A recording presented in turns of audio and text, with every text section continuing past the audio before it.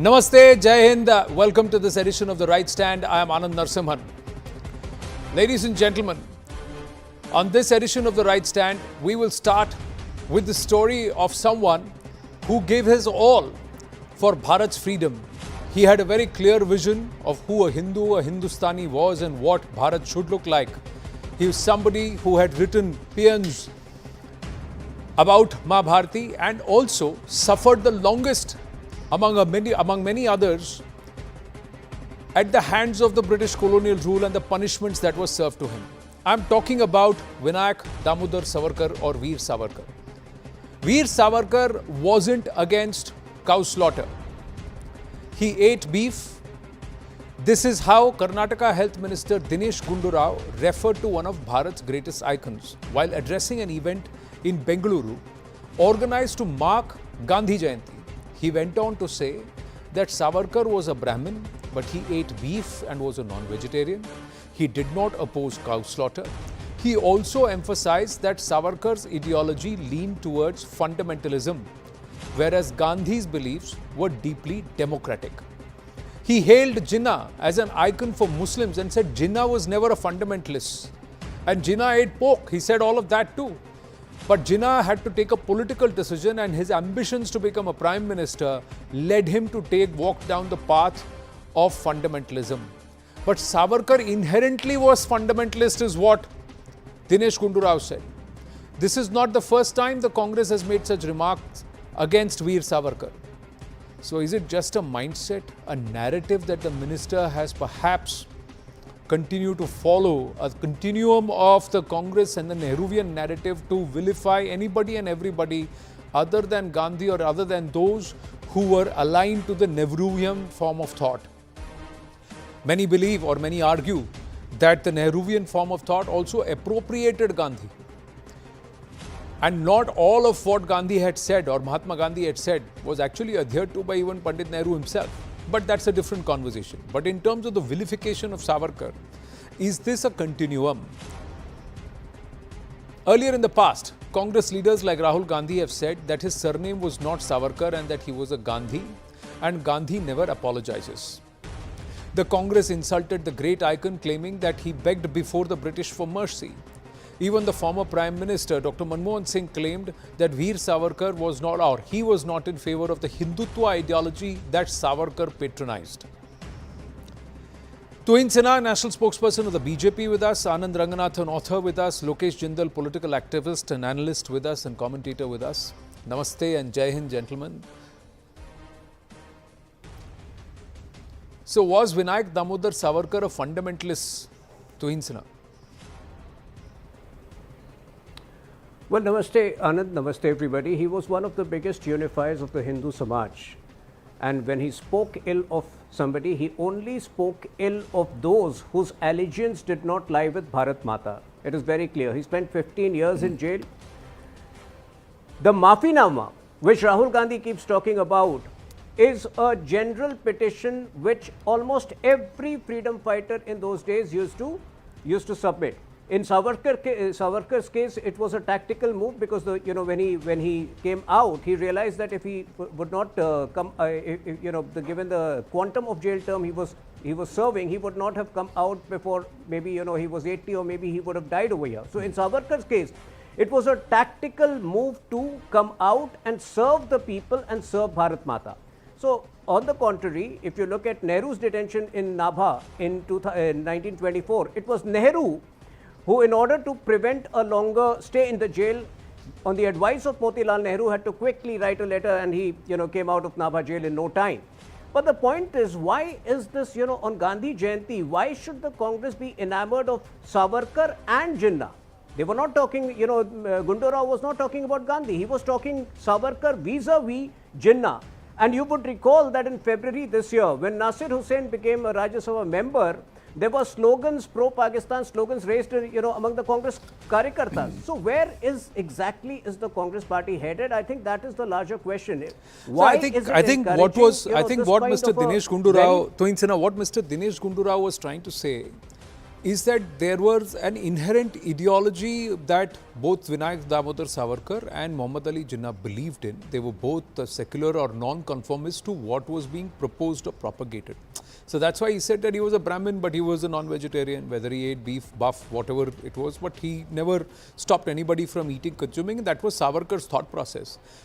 But he also said that Jinnah was quite secular, and that was true. Jinnah became fundamentalist because of the ambitions and whatever happened. And there is also the entire love for Pandit Nehru in the heart of Mohandas Karamchand Gandhi, which is all there, but that he doesn't talk about. What he says is that Mahatma Gandhi was supposedly far more, and we need to walk on the path of Gandhi compared to the path proposed by either Jinnah or by Vinayak Damodar Savarkar. The question is that he also underlines that Savarkar was fundamentalist, while the other two were not. Now, would you argue for or against this aspect that Vinayak Damodar Savarkar was fundamentalist? Well, he was a true lover of Bharat Mata. He could do anything for the country. And, you know, it's a misconception that he was anti-Muslim. He was anti those whose allegiance did not lie with Bharat Mata. And I think that is how anybody who loves the country should be. But when it comes to Jinnah, his act of secularism was a put on, which later got exposed post 1947. You know, so there was a big difference. Kathni or Karni mein bahut bada antar tha Jinnah ka, which the world got to see, which the world, you know, and continues to see. Well, interestingly, Tuhin Sinha, Muhammad Ali Jinnah's first speech and post the partition was that he envisaged Pakistan not as an Islamic republic. He envisaged Pakistan as a secular republic where everybody would have space and everybody would get to grow. Now, that's what he publicly said. Yes, Liaquat Ali, his next, who followed him, changed, and it was under Liaquat Ali that it became the Islamic Republic of Pakistan. That's another point. But many say that Jinnah followed the two-nation theory. Jinnah was the one who was but in his own initial days and the way he was, the way he practiced his life, he was not as fundamentalist as, that's what Dinesh Gundu Rao is saying. But my question, Lokesh Jindal, is, well, okay, Lokesh Jindal is, see, that's what I'm trying to say. The Congress's counter has always been based on what Savarkar proposed. But Lokesh Jindal, has Congress been economical with the truth with respect to Vinayak Damodar Savarkar? Yes or no? Well, do you know that Vinayak Damodar Savarkar refused to have the final rites as per the Hindu tradition? He didn't want to be cremated. He didn't want the 10th and the 13th day to be observed. In fact, he has divergent views with respect to cow worship. And in fact, he was a reformist in various aspects, similar to Muhammad Ali Jinnah. Now, amongst the Muslims, there were two factions. One were the Bombay Muslims, which was where we see Muhammad Ali Jinnah. He never went to the mosque, was eating wine, had all the all the etiquettes of a Westerner. And we had the Liaquat Ali from the UP and the Deobandi faction, having all aspects of a fundamentalist and having very rightist views. Yeah. Now over here, if we talk about Swatantra Veer Savarkar, now here he often talked about a modernist approach towards Hinduism. Correct. He discarded certain beliefs, certain forms of customs, which he didn't consider them necessary, and he did show a blend of rationality in it. But then when it came to idea of India, over here, both Jinnah and Savarkar, they had one similarity. Both construed the idea on the basis of religion. So we had Savarkar putting forward the theory that Indian is a person who is of Hindu religion because they have their Tirth Sthal in India. So they would always have some form of a connect to Indianness, and those who are foreigners, those who are not from the religion that has emerged from India, they are not true patriots. This was as per the Savarkar. And similarly, Jinnah, when he went to Pakistan... One minute. Let him complete and then we will issue our interventions. Let him complete. And Jinnah, when he went to Pakistan, he did try to express his modernist outlook, but that was discarded from the faction of Liaquat Ali. Yeah, interestingly, Lokesh Jindal, allow me to intervene. One or two aspects that Jinnah was a Shia, but they didn't even accept that he was a Shia on his grave. On his gravestone, they didn't write that he was Shia. So that's the level to which the entire corruption of the entire secular attitude or that was espoused by Jinnah happened by the Pakistanis. But there the fundamentalism does not come through for Dinesh Gundu Rao. Here, in your case, when you extolled what Savarkar proposed, Savarkar drew a very clear line, and his detailed essay is also mentioned as part of Dr. Vikram Sampat's commentary, extensive commentary, two-part commentary on Vinayak Damodar Savarkar, where he writes the political definition of Hindu and he separates it from the panth or the prathas or the religious system. For him, Sindhu to Sindhu, that means from the Himalayas all the way down to the Sagar, this geographical region, anybody and everybody who accepted, believed that their ancestors were born on this land, for him he deemed them Hindu. He didn't say that because your Teethsthal is here, that's why you're Hindu. He didn't say that. He didn't say that if you're a Muslim, if you follow Islam, if you follow Christianity, Baudh, Jain, Sikhism, Parsi, or any form of worship, or even if you didn't pray. He said, as long as you believed your ancestors hailed from here, I consider you a Hindu. His definition was a political definition of Hindu, and that he writes very clearly. And that was very different from his own personal beliefs or anybody else's religious beliefs. So that's where I'd like to correct you when you say that Savarkar interpreted as Tirthal or tum bahar ke aur hum nahi hai. That was not the case. He opposed the Muhammad Ali and Shaukat Ali, the Ali brothers, who came out and said, you back Khilafat, which is happening in Turkey, but you cannot do Shuddhikaran. We will continue to do Tabligh or conversion, but you cannot do Ghar Wapsi or Shuddhikaran. So this is where that commentary is also very beautifully explained by Dr. Vikram Sampath. Please, I urge you to read it to get a better perspective of what Savarkar actually stood for. And thereby my question, Dr. Anand Ranganathan, that was Savarkar a fundamentalist or he was somebody who had his fundamentals clear? Good evening, Anand, and good evening to my fellow panelists. Before I come to the thrust of my thesis and answer your question and say what I have to say, I just heard what my good friend Lokesh said, that both he clubbed Savarkar and Jinnah as reformists. Nothing can be more wrong and nothing can be more further than the truth. A coward hypocrite is not a reformist. Jinnah was not a reformist. Jinnah was a hypocrite who advocated others to follow Islam, but was cowardly enough to never follow Islam himself. Did Jinnah any time say that Muslims should eat pork, Muslims should consume alcohol? No, he didn't.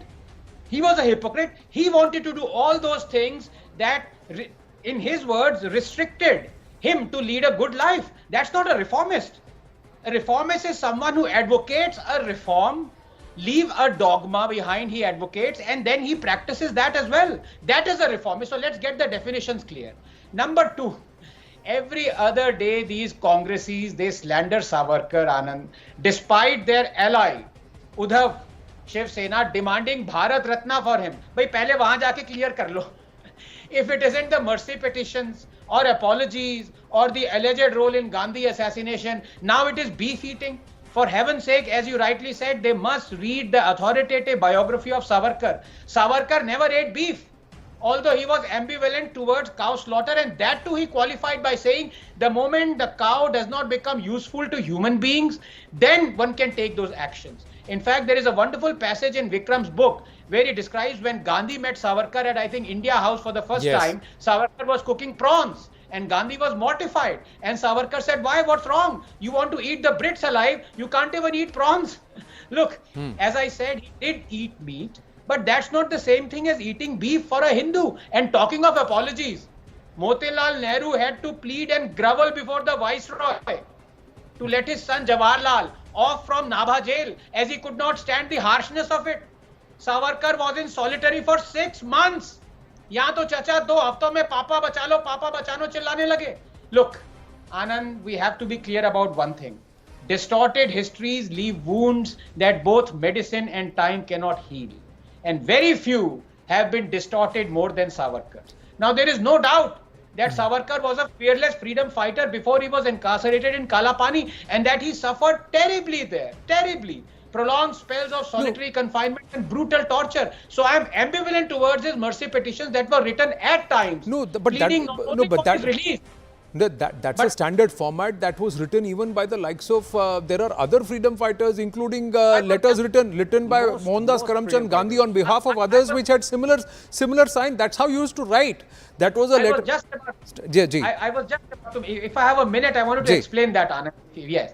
So as I said, he did not plead only for his release, but also for release of all political prisoners. That said, it is also a fact that he had written multiple mercy petitions beginning 1911 by the time Gandhi advised Savarkar's brother that Savarkar should write another mercy petition in 1920, and also wrote an appeal to the British to release Savarkar. Another fact that these chauthi fails mocking Savarkar ignore is that the co-founder of Communist Party of India, Dange, also wrote mercy petition to the British. And unlike Savarkar, he wasn't even thrown in solitary for a day, leave alone months. Brave freedom fighters Bismil and Ashfaqullah Khan also wrote mercy petitions. There is also a fact that once released, Savarkar asked Indians to join the British Army, but then so did Mahatma Gandhi. Savarkar was also against the Quit India movement, but then so was Rajaji and Ambedkar, who said, and I quote, "The Quit India movement is both irresponsible and insane, showing bankruptcy of statesmanship." And for those who say you need to be thrown in jail by the British if you were a true freedom fighter, I ask you, simple question. Was Dr. Ambedkar ever thrown in jail? Yes or no? Yeah, not whether he was thrown in jail or not, nobody questions his allegiance to the country. But why nobody asked this question? Why was, out of all these freedom fighters who we know of as prominence, why was Vinayak Damodar Savarkar the only one who not only spent nearly a decade in jail, but after that another decade of Nazarbandi? He was not even allowed to go home, had to live life in penury. His wife and kids were troubled all along. And at all points in time, every single utterance of his was actually marked like by the British.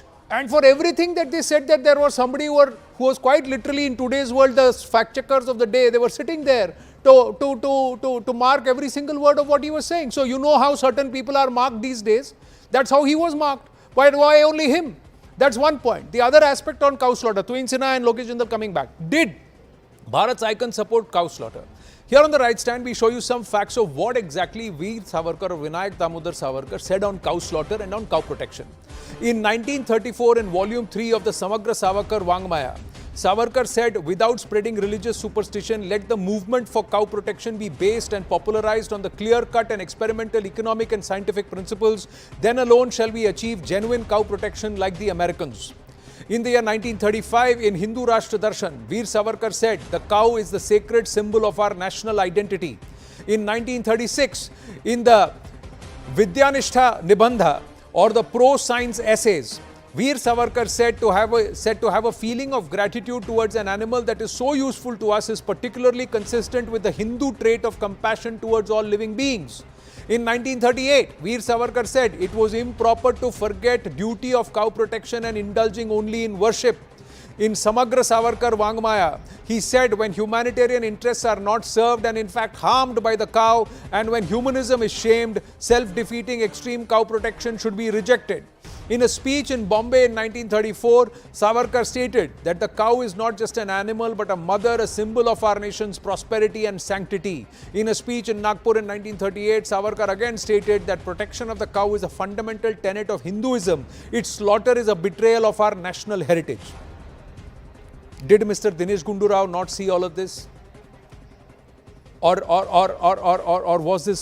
did this escape his attention, like a lot of other facets and facts about Vinayak Damodar Savarkar seem to have escaped those who continue to vilify him? Tuin Sinha, you had a point, and then we'll go back to Lokesh Jindal. Ji.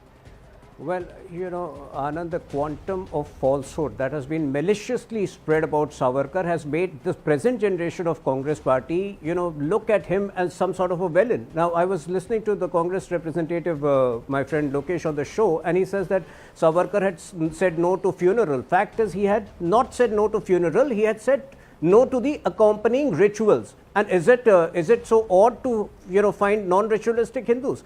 Fact is, these people don't know much about Hinduism also. Non-ritualistic Hindus, in fact, is as much a reality as ritualistic and idol-worshipping Hindus. Hinduism is too vast for the contemporary Congress party to even understand it.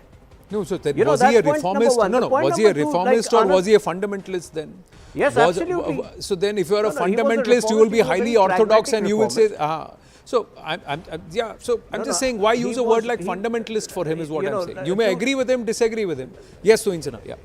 On the contrary, like I mentioned, on the contrary, he was one of the biggest unifiers of this land. For him, the entire definition of Hinduism, like you mentioned, is about a geographical mass, and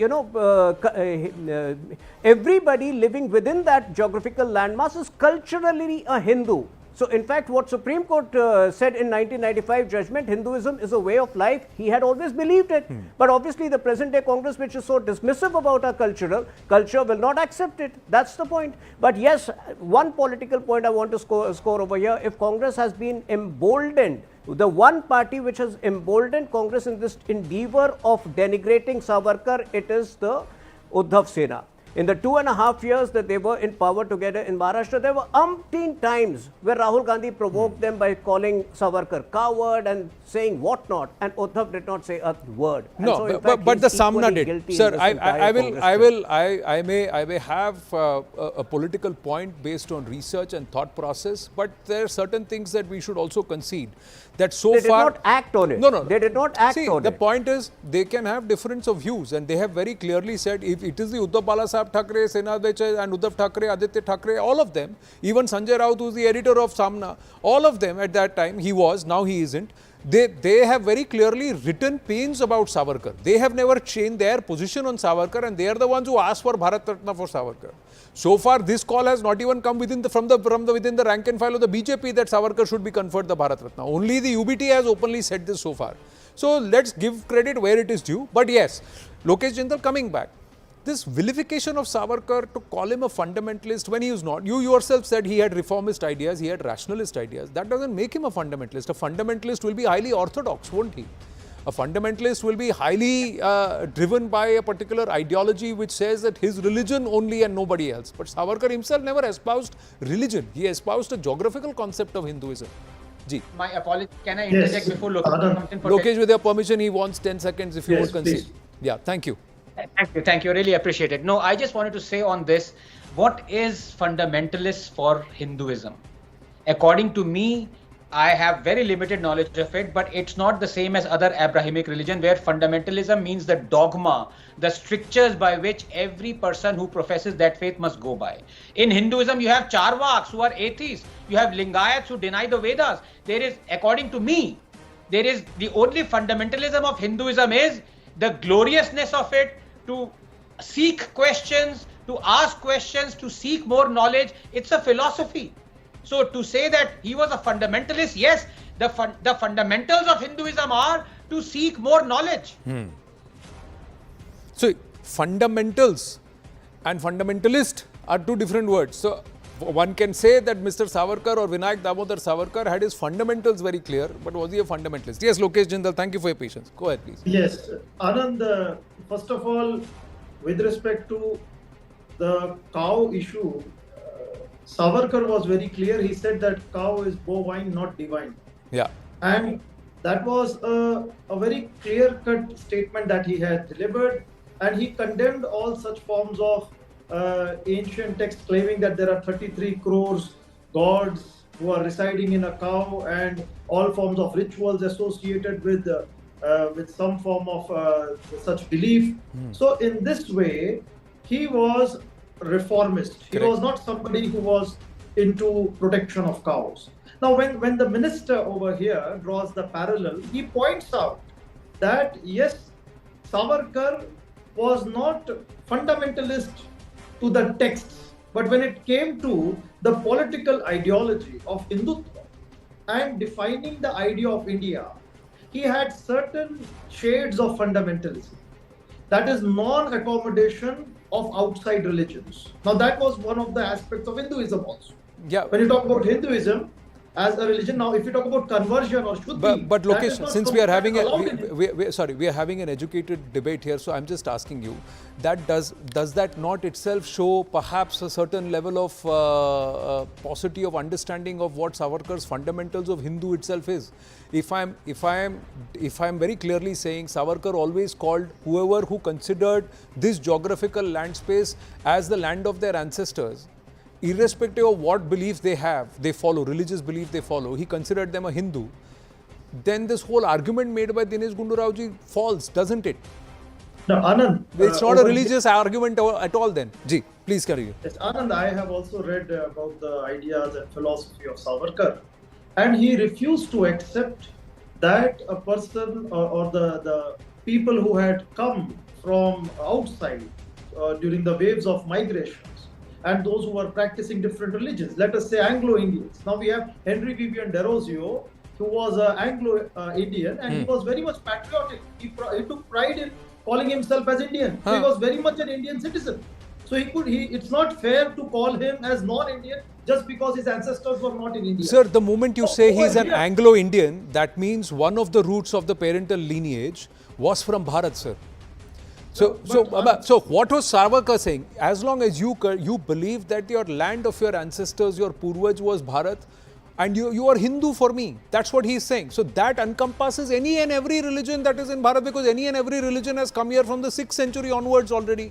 So there is no fight there. From the 1st century, from the time of passing of Christ itself, Christianity was here. From the time of Prophet Muhammad itself and birth of Islam itself, Islam was in India. So where is the conflict there? That's why I'm saying, when it comes to the interpretation of political ideology or definition of Hindutva, why does the Congress choose to corrupt Savarkar's thought process? Why does it do it, is what I'm asking you. Is it a narrative that they are forced to follow? Or where they decide to write, I will lock up my common sense and intelligence on this one and continue to follow what has been taught to me? I am asking you, Lokesh Jindal. Yes.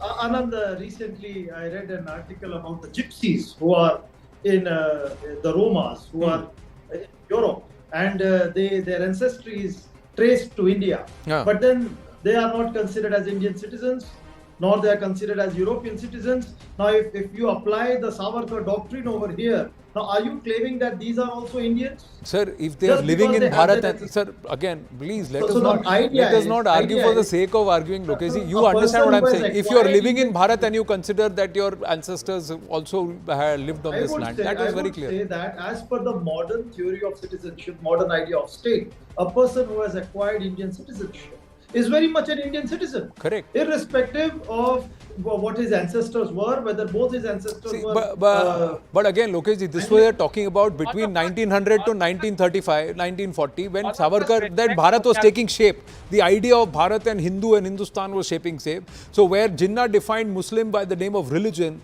Savarkar defined Hindu by the name of geographical identity. Now, इससे बड़ा difference in orthodox thinking and modernized thinking and rational thinking क्या हो सकता है? And then you say Savarkar was a fundamentalist and Jinnah was not. So then it defeats the purpose of an intellectual discourse itself. Yeah, Anand Ranganathan and Tuin Sinha, final word. Now, I'd say, I don't know why Lokesh is getting a bit rattled. All of us like and respect Ms. Sonia Gandhi. Please, rest assured. No, Anand, he's not rattled at all. He's making an argument, although I don't know if he today believes in that argument himself. Yes, Anandji, go ahead, please. Yeah.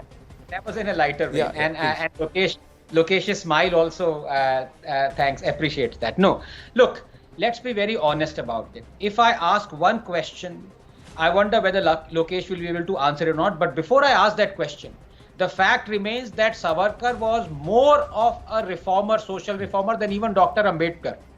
It's a fact. It is not to be disputed. So I want to ask, one second, please, 1 second. I want to ask Lokesh, they have relegated each and every person to the dustbin, historical dustbin, anyone who went against Nehru or Gandhi. That has been their lineage of Congress. I want to ask him, Nehru passed away in 1964, he got Bharat Ratna in 1954. Ambedkar passed away in 1956. One of the greatest sons according to Congress as well. When did he get the Bharat Ratna? Agar itna pyar tha Ambedkar se, Lokesh, bata do zara. When did he get Bharat Ratna? No, I think, but we are digressing. I'm trying to prove a point. No, I understand. I would like to circle back on the conversation and stay with between religious reforms and social reforms. Sir, when you say that Veer Savarkar as a religious reformer, I would say yes. But you cannot say no, that he never wanted to be a religious reformer. He identified the perfect land to unite anybody and everybody who identifies with this land and its this bhubhag. That's what he did, sir, from his political definition of Hindutva. which is not religious at all. It's the Congress which has taken a political definition and turned it into a religious identification. That's what's happened. Twins in our final word. Sorry, I have to wind up. So, this discussion and we'll go to the next subject. Two quick points.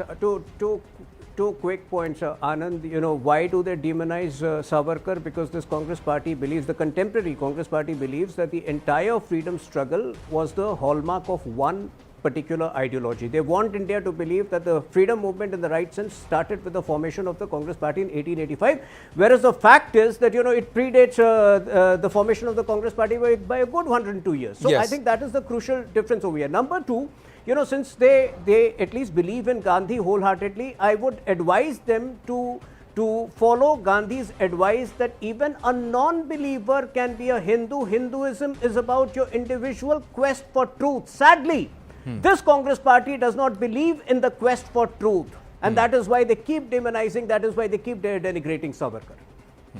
Well, gentlemen, thank you. We'll leave it there, but clearly Savarkar seems to be somebody who had his fundamentals right.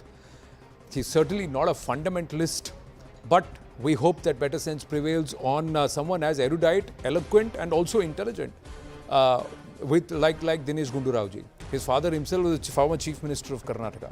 We're going to take a very short break. When we come back, this entire aspect in Maharashtra, vote jihad, did it happen or didn't it? And then this conversation about a seat samvad that Ajit Pawar has initiated, 10% of the seats allocated to the NCP within the Mahayuti to go to the minorities. Is this rift or is it a classic good cop, bad cop strategy? Stay with us.